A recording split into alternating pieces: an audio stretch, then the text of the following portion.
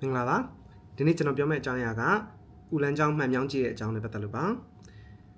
အခုနောက်ပိုင်းမှာကဒီ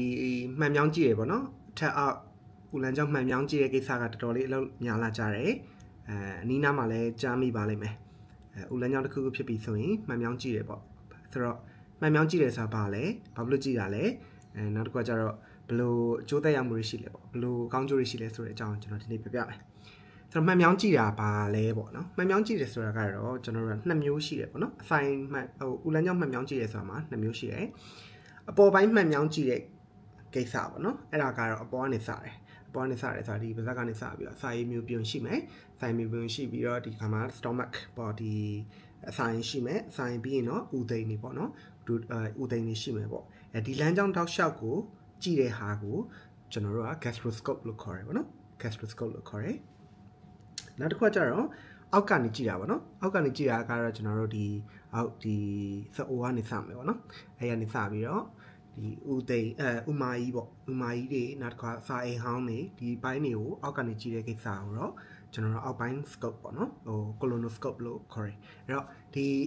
gastroscope က colonoscope ကိုပေါင်းပြီးတော့ကျွန်တော်တို့ endoscope ပေါ့ဒီဦးလန်းချောင်းကိုမှန်မြောင်းကြည့်ရဆိုပြီးတော့ခေါ်တယ်ဒါဆိုရင်ပဲဟိုမှန်မြောင်းကြည့်ရဆိုတာပါလဲအကြံပြသိရပြီဆိုတော့ဘာဖြစ်လို့ကြည့်တာလဲပေါ့နော်အဓိကအားဖြင့်ကတော့မှန်မြောင်းကြည့်တယ်ဆိုတာကအဆိုင်နဲ့ဦးလန်းချောင်းတောက်လျှောက်မှာအတိအကျဆုံးအဖြေကိုကျွန်တော်တို့ပေးနိုင်တယ်မှန်မြောင်းကြည့်တာကအကြောင်းမျိုးမျိုးကြောင့်ဆိုကြောက်တယ်လူတယောက်ကဒီအစာမကြေသလိုဖြစ်တယ်ပေါ့နော်အကြောင်းမျိုးအစာမကြေဘူးရင်းနေပူနေတယ်ဗိုက်တွေအောင့်နေတယ်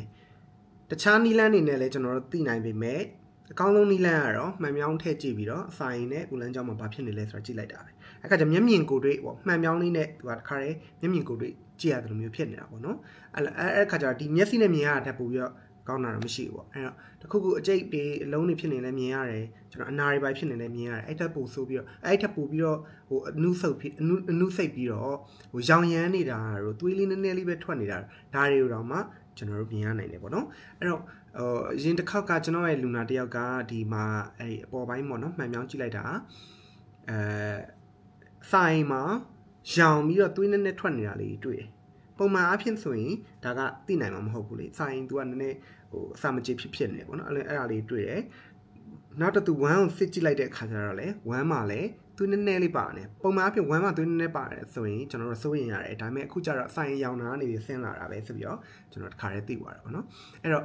ဒီဦးလန်းချောင်းတောက်လျှောက်ကိုကြည့်ခြင်းကခုနပြောတဲ့အတိအကျဆုံးအဖြေရနိုင်နောက်တစ်ခုကသူကဘာအတွက်ပါကောင်းလဲဆိုတော့အဲ့လိုကြည့်တဲ့အချိန်မှာ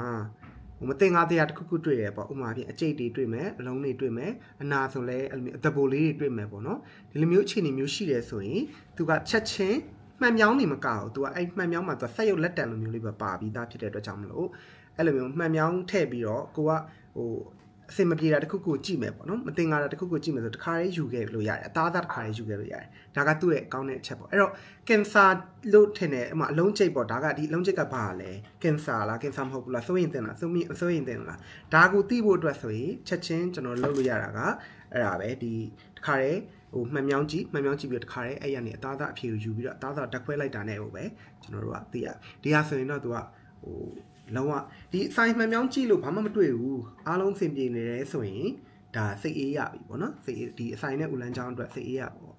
့နော်အဲ့တော့တခါလေးမျိုးတချို့တွေမှာမျိုးရိုးပေါ့အထူးအားဖြင့်တော့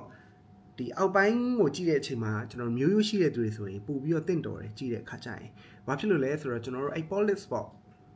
ဒီအဆိုင်ကင်ဆာအဆိုင်မဟုတ်ဒီဦးလန်းချောင်းပေါ့ဥမာကြီးကင်ဆာဖြစ်စေတဲ့ polyps လေးတွေကသူကမျိုးရိုးရမ်းလိုက်တယ်အဲ့ကကျတော့မျိုးရိုးထဲမှာရှိတယ်ဆိုရင်ကျွန်တော်တို့ soft-CC ကို colonoscope ကိုကြည့်ခိုင်းတယ်အများအားဖြင့်တော့ကျွန်တော်အသက်40ကျော်ပြီဆိုရင်ဒီမှန်မြောင်းကကြည့်တင်တယ်ပေါ့နော်အနည်းဆုံးအောက်ပိုင်းမှန်မြောင်းကကြည့်တင်တယ်ဘာဖြစ်လို့လဲဆိုတော့နော်ကင်ဆာဖြစ်စေတဲ့အကျိတ်တွေ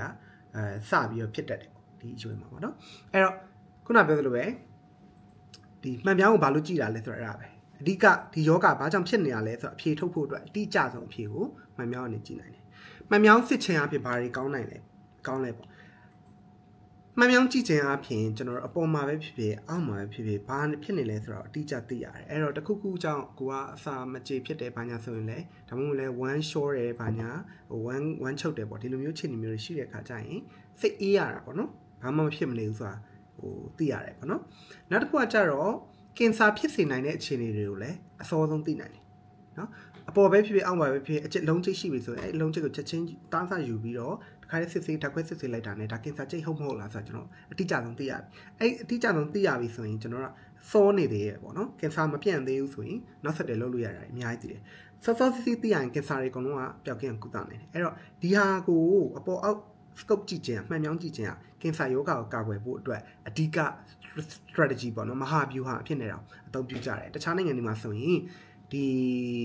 မှန်မြောင်းကြည့်တဲ့ကိစ္စကိုအခမဲ့လုပ်ခိုင်းတယ်အသက်40ကျော်ပြီဆိုတိုင်းမှာကျွန်တော်တို့အခမဲ့လုပ်ခိုင်းတယ်ပေါ့နော်ဒီလိုမျိုးရှိဒါကတော့သူ့ရဲ့ကောင်းကျိုးတွေပေါ့မှန်မြောင်းကြည့်တာကလေနောက်ဆုံးပြောရတာတော့ဈေးပေါ့ဈေးကတော့တိတ်ပြီးတော့မနှဲလောက်မြန်မာနိုင်ငံမှာဆိုရင်တော့မှအရင်တော့ကျွန်တော်သိတဲ့လောက်ကတော့အပေါ်အောက်ကိုမှန်မြောင်းကြည့်ရဲဆို73သိန်း15သိန်းလောက်ကျတယ်နှစ်ခုပေါင်းဆိုရင်ဟုတ်တယ်နှစ်ခုပေါင်းကအဲ့လို15သိန်းကနေ30ဝန်းကျင်ကျွန်တော်သိတော့မမှတ်မိတော့ကျွန်တော်အမေကိုကြည့်သေးတယ်ပေါ့နော်အဲ့ဒါဆိုရင်30 15သိန်းကနေ30ဝန်းကျင်လောက်ကျတယ်ဒီဘက်မှာဆိုရင်ဒီ time back မှာကျွန်တော်တို့စစ်မဲ့ဆိုရင်မှန်မြောင်းကြည့်ရင်အပေါ်အောက်ကောဆိုရင်ဘယ်လောက်ရှိလဲဆိုတော့50လောက်သွားပြီးတော့ကျတယ်ပေါ့နော်အဲ့ဒါကတော့မှန်မြောင်းစစ်ရင်ကျနိုင်တယ်အဆန်အခြေအနေပေါ့နော်